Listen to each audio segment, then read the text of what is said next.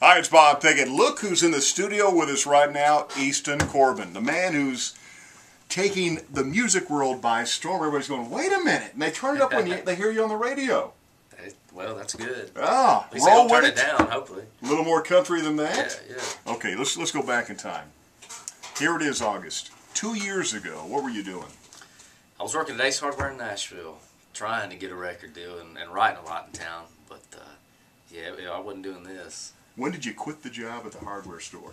Probably, well, I mean, it was right when I went in the studio. I had actually had my record deal, and I was still working. Right. And but I actually quit when I went in the studio and started cutting the record. It wasn't because of the employee discount. You had enough tools. You just felt confident then, didn't you? Well, at that point, I was like, I probably need to focus on the music. Now I know you probably get tired of this comparison, but people hear you and they say, "Wait a minute, is that George Strait?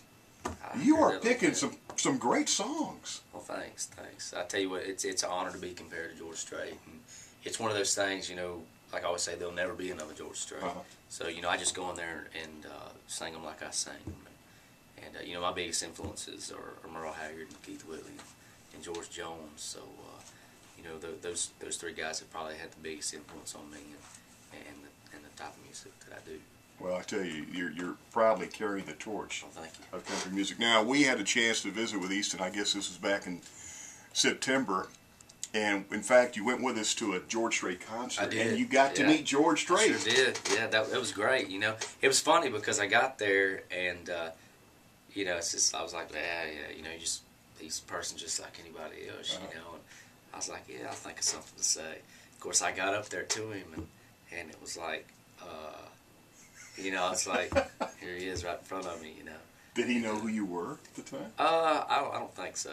But by golly, I bet he knows now, doesn't he? He didn't say, "You're that kid that everybody's saying." Wait a minute. Wow. Yeah. It's been a little while back since we've been here. Yeah, it's been, like I said, it was back in September like that. All right, let's talk. Here's the debut album right here. Now, when you go to Nashville, it's not an overnight story. As you said, you were working at the hardware store a couple of years and stuff. Absolutely. When do you go back in the studio and work on your second album? Probably looking in the spring sometime. So it's a little faster paced than it was for this one right here.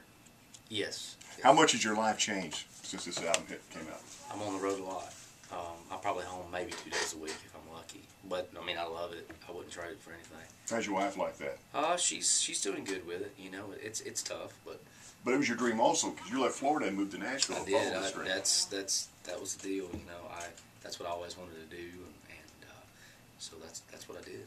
And his debut single, a little more country than that, hit '1. Where were you when you got the news that it was '1? I was actually at home. It was a Sunday morning, and of course, you know, we'd been out, you know, doing shows and radio. We were still actually doing a lot of the radio tour stuff then, and that's one weekend that I wasn't out, and I woke up and looked at the charts, and there it was. So that's a good way to wake up. That is a good way to wake up. Good way to start the week. Absolutely.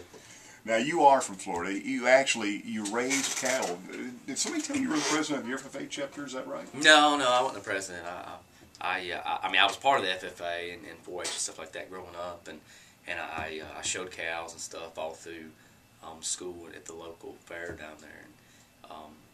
But I was raised up, or I stayed with my grandpa and my grandma a lot, and they had cows and stuff, so I helped my grandpa do a lot of that. Now, the area was so small, he had to go to the next county to go to Walmart. So you really are. Well, yeah, I mean, that's just kind of it gives you an idea how small the area is and that we live in. And yeah, there's like no fast food or anything like that. Wow. You got to go actually to Fallon County over there. It's a pretty small place, but it's a great place to grow up and a great community.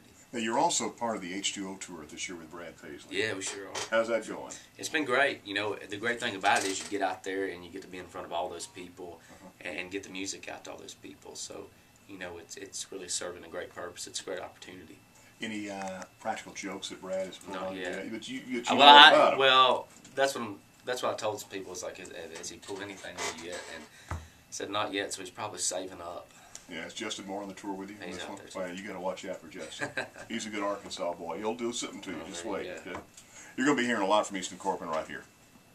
I hope so. I hope he's right.